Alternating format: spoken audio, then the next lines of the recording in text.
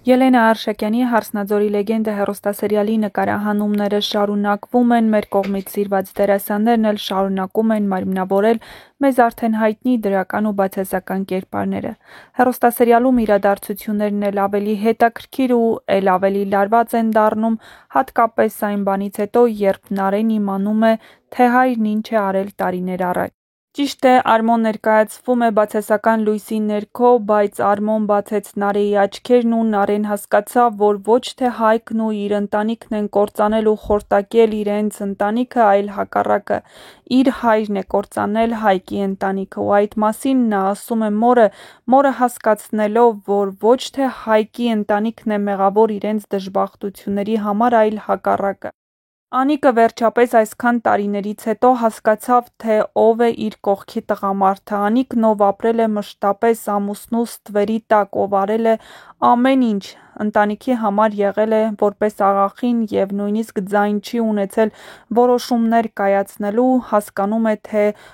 ինչ տղամարդու կողքն է այսքան տարի ապրել։ Համադրելով բոլոր իրադարձությունները, նա տեսնում է, որ իսկապես հենց Սաքոն է եղել Աշոտի ու նրա ընտանիքի դժբախտության պատճառը և ոչ միայն այսքան տարիներ նրանք Լալայից որևէ տեղեկություն չունեն, նա ամեն ինչ արել է, որպեսզի Քաջիկն ուղղակի որևէ մեկի հետ չխոսի ու հայտնվել է այն ժամանակ, երբ Քաջիկը խմած է եղել։ Եվ այս բոլոր իրադարձությունները համընկնում են և այո, Սաքոն է սպանել Աշոտին, բայց ինչպես կբացահայտվի այս սարսափելի գաղտնիքը։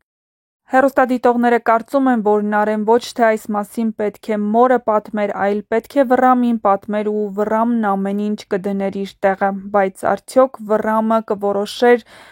իր այսքան տարիների թշնամությունը դնել մի կողմ ու ուղղակի Հայկի հետ խոսեր։ Իհարկե ոչ, այդքան էլ հեշտ չէ, քանի որ ինչպես Նարեի, այնպես էլ Վռամի համար մի կողմում իրենց հայրն է, մյուս կողմում իրենց սիրած մարդը։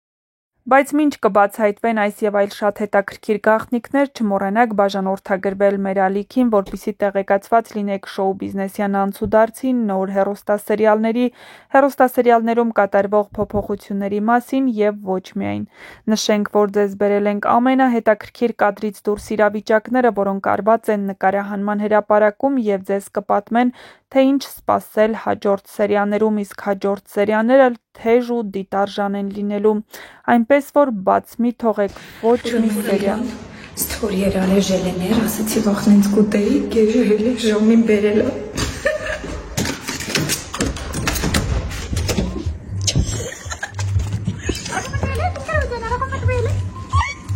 Չի դե, ծաղիկներ ախի։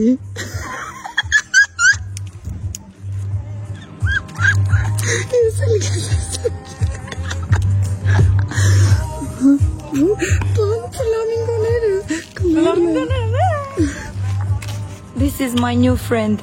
Why not? Cause new friend.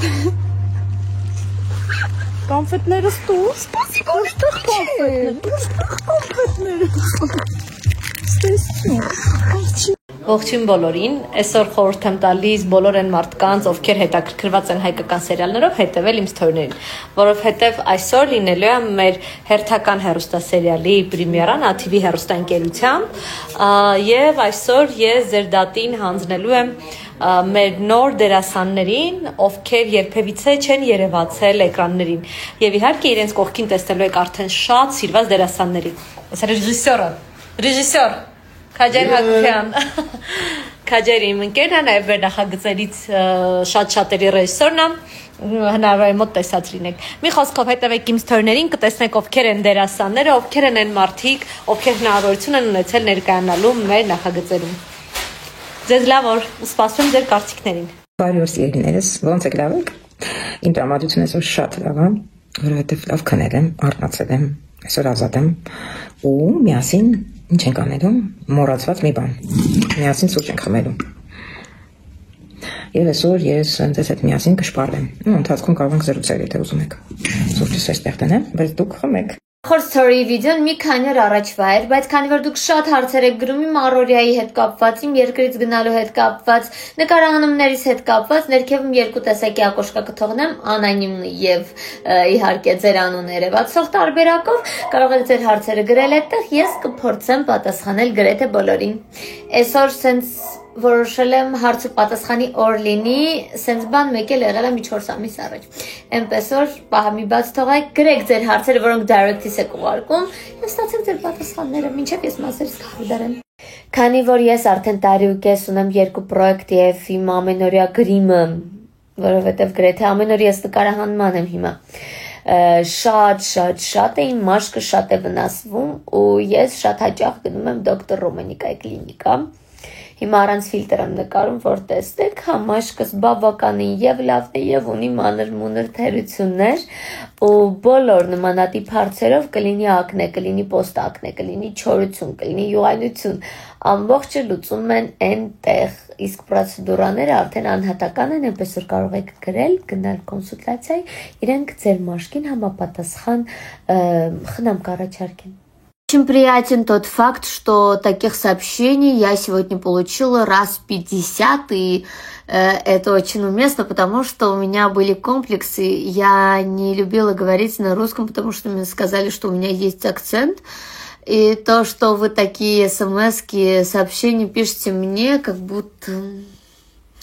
я понимаю, что не так уж плохо мой русский.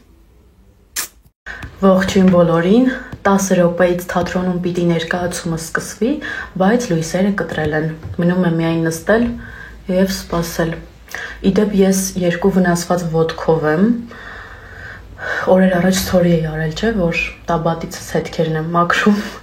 Իրականում ես կատակով ներկայացրի, բայց հետևանքները մի փոքր տխուր էր, նույնիսկ մի փոքր կաղում եմ, բայց ստիպված եմ բարձրակրունկներ հագնել ներկայացման համար։ Ուզած չուզած,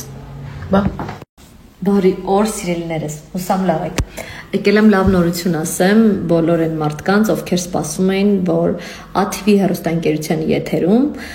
նոր հեռուստասերիալ պետք է սկսի եւ պաշտոնապես հայտարարում եմ։ Շուտով, երկուշաբթի օրվանից, հոկտեմբերի 20-ից եթերում կլինի նոր հեռուստասերիալ։